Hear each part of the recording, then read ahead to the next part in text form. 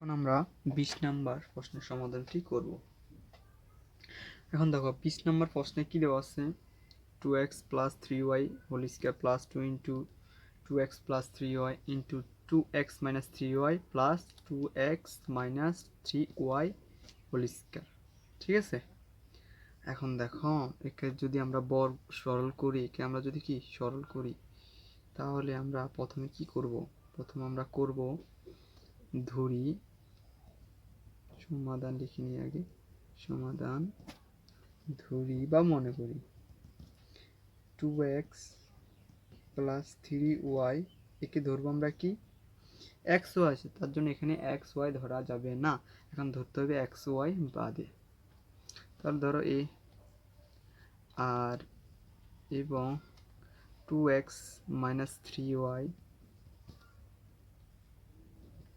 Sorry এখানে 2 হবে, 2x minus 3y একে ধরি আমরা v। তাহলে আমাদের এখানে প্রদত্ত রাশিটা দ্বারা কি দেখো, a square plus 2 a v plus b square, তার এটা কার সূত্রে চলে যায় দেখো তো, a square plus 2ab plus b square, এটা a প্লাস b হোল স্কয়ারের সূত্রে চলে আসে। ঠিক আছে, এটা কার সূত্রে চলে আসে, a প্লাস b হোল স্কয়ারের সূত্রে চলে আসে। আচ্ছা দেখো এখানে আমরা এর মান বসিয়ে দিব এবং প্লাসের প্লাস থাকবে এবং এখানে b এর মান বসিয়ে দেব। আচ্ছা দেখো এর মান কত, 2x প্লাস 3y প্লাসের প্লাস প্লাস থাকলেও তার জন্য এখানে প্রথম বন্ধনী দেওয়া দরকার নাই, যেহেতু আমাদের কি প্লাস আছে, আর যদি মাইনাস থাকতো অবশ্যই আমাদের প্রথম বন্ধনী দিয়ে আমাদের আটকে দিতে হতো।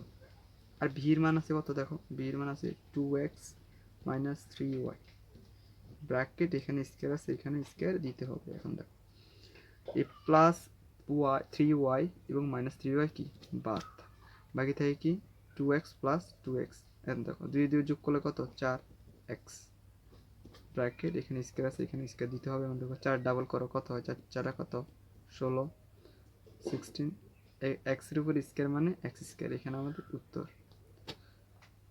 আশা করি তোমরা বুঝতে পারছো। আমার চ্যানেলটি যদি ভালো লাগে, চ্যানেলের ভিডিওগুলো যদি ভালো লাগে তাহলে সাবস্ক্রাইব করে দিও।